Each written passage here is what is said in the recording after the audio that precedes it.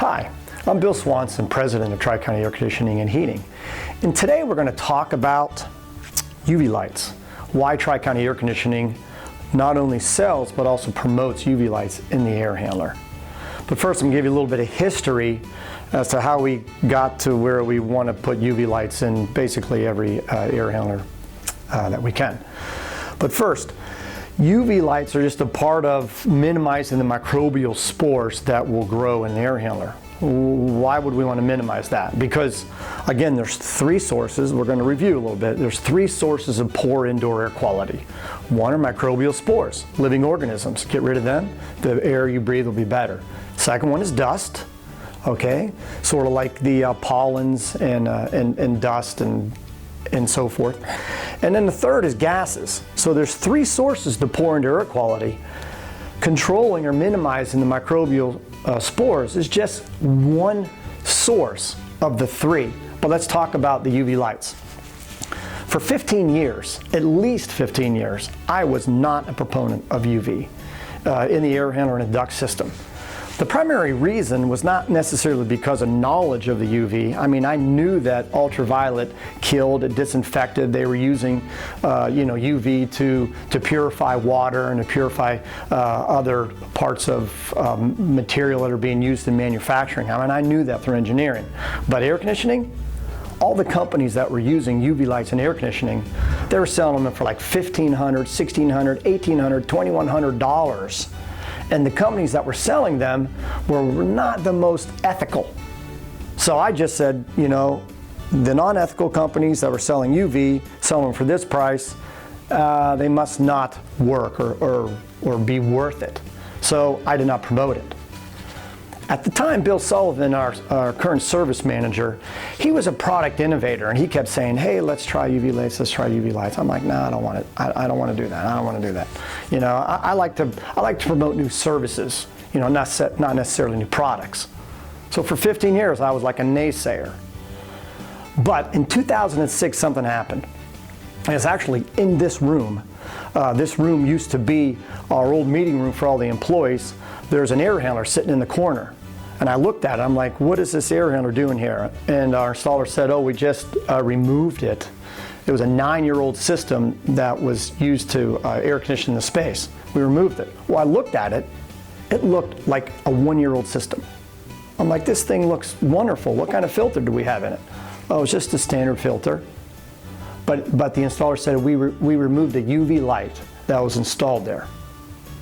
Bill Sullivan put a UV light in that system that I didn't know, and during the maintenance he kept replacing that UV light, and that unit looked like brand new, like zero mold on the blower, on the paper control on the housing, the squirrel cage was like brand new. I was like, this is crazy. So I looked a little bit more into it. I started to learn. I started the research at that time.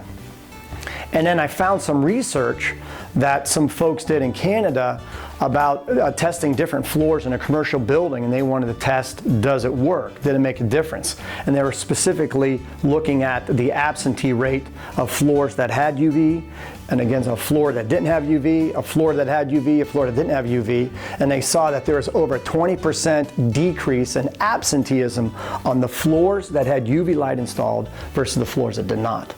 So that got me thinking a little bit, wow, there might be something to it. But as always, I'm skeptical. I don't believe much of what manufacturers say, because manufacturers are continuing to push UV light, saying, hey, you need to sell this, you need to sell that product, you'll make more money. Well, the purpose of products are not to make money. The purpose of products are to help improve comfort and health. So I thought, I'm going to test this just like we do everything else. So I went ahead and put it in our 3 5-ton systems that are feeding the office right now. And yes, that first winter, we noticed a decrease in absenteeism. The employees actually noticed a difference also. And after that test, I was sold. Boom. I was like, we got to figure out how to put these units in our customer's house to increase the quality of their life that they have. That's why I sell and promote UV lights. At that same time, during that test, I also started learning. I learned more about biology than I ever did in high school or in college or whatever. So I learned about cells and how they multiply and divide, and I became a certified indoor environmentalist, certified mold remediator, and I learned a lot about mold. And it made sense. Mold grows in the right condition: water, activity, relative humidities above 70%, 65, 70% over an extended period of time. Food, just about anything mold will eat. And a spore. Add those three things, you get mold and you get mold growth.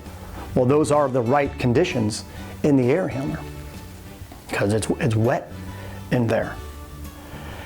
And in 48 to 72 hours, a mold spore will grow, and given the right conditions, it will continue to multiply every 6 minutes. So it's going to grow quickly with that in that right environment. Now, when does it go into hibernation? I call it hibernation. When you remove a food or remove the water, it stops growing.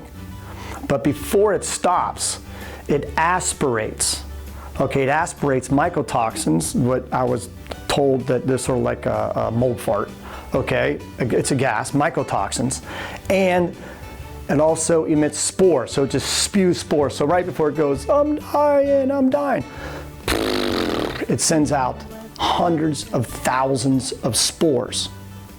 So if you have mold in your air handler and the air handler becomes dry for probably 1 to 2 days, maybe 3 days, totally dry, it's going to spew spores and fill that air handler up with spores. Then you turn the fan on, where do those spores go? Into the house. When does that happen? When it gets dry. Usually in the fall and in the winter. And in this environment that we have, where we have heating, and then we'll go to air conditioning, which it gets wet again, and then we go back to heating, and then we go back to air conditioning, or we don't run the air conditioner for over 4, 5, 6 weeks, it dries out and the spores will accumulate, and then they go into the house. That's the science behind the mold, and it makes sense. In the fall or in the winter, you just have this accumulation of mold spores that are being spewed into the house. This UV light, placed at the right place between the coil and the evaporator blower motor, okay, I like to put that first. Of course, it'd be nice to have another one at the entrance of the evaporator coil, so you have 2 lights, but at the minimum, put at least one after the coil, between the blower and the coil, and it will keep that whole environment, which is very moist, it will minimize that mold growth. Is it going to stop the mold in the house? Okay, is it going to stop the mold 15, 20 feet downstream? Absolutely not. But it will in that location, and it will minimize all those colonies that are growing and then spewing spores every season. Or during the summer, it continues to grow, and then the winter is when it's going to sort of like off-gas or aspirate. So that's why I like to have it installed between the blower and the evaporator coil. Now about the cost issue. I had to get over that too, because I'm sort of a cheapie, okay? I think sort of cheaply, is it worth $1,100, $1,300? For some it is, but I wanted to get it less than $500. Once I knew that it worked, okay, I wanted to get these lights installed for less than $500 and then replaced for less than $100 every year. $100 to have a healthier environment inside your house was a no-brainer to me. People spend hundreds of thousands of dollars trying to stay healthy or get healthy and so forth. If I can minimize the microbes, the mold in that air handler, it made sense. So we started at $480. We didn't make a lot of a profit, but we made some. But as we started to sell more and sell more and sell more, and then next thing you know, all the competitors, okay, I'm gonna call it the good competitors, started to sell more, sell more, sell more. The price of the UV kit started to go down, and then we were able to bring it down to $430, and now we can get them installed less than $400, and ultimately I'd like to get it, down to $200, less than $100 for the kit, and the light, less than $50.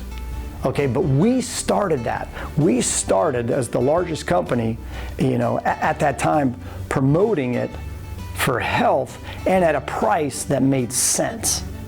And that's why we promote UV lights today, and we will continue to promote it, and we'll continue to try to get the cost savings to the homeowner down. There's also another UVC that the manufacturers keep pushing, and those are sort of in the duct. I'm going to call them ionizers. Okay, so they use UV to ionize, to create these ions in the air. Have not quite tested that yet, but we're in the process of doing that. But in the meantime, we've tested. There's research. You can go online and look at the research that they have. It's a great product, and we believe we are selling it at a great price, and it helps the environment. It helps the people that are breathing the environment. Now, there are a couple objections to UV lights. Well, it will degrade the insulation of the wires that are inside that cabinet. Wrap those wires with aluminum foil, and they don't get degraded anymore. Okay, if it's between the filter and the coil, this UV light will disintegrate the filter, start to deteriorate the filter. You're absolutely right. That's why they have shields, okay, to keep the UV pointing on the coil, not on the filter. Okay, there's some insulation that over time, especially in Lennox units, that it starts to flake off. It starts to become a little powder. Right? Yes, there is. Okay, you can wipe that down during our maintenances. You can continue to just sort of wipe that down, okay, and minimize that. There are things to do to contact the negatives. There are some folks that focus more on the negative, not on the positive attribute. Okay, some people are more sensitive to microbial spores than others, just like others are more sensitive to smoke. Just 3 days ago, I'm outside waiting in a restaurant, and then my wife says, we have to get up and leave. I'm like, why? This is outside. She goes, because that person over there 15 feet away is smoking a cigar. I didn't even know it, but she knew it, and she's like, I gotta move. She's very sensitive to smoke. Other people are very sensitive to microbial spores. You may not be, but the person inside that house may.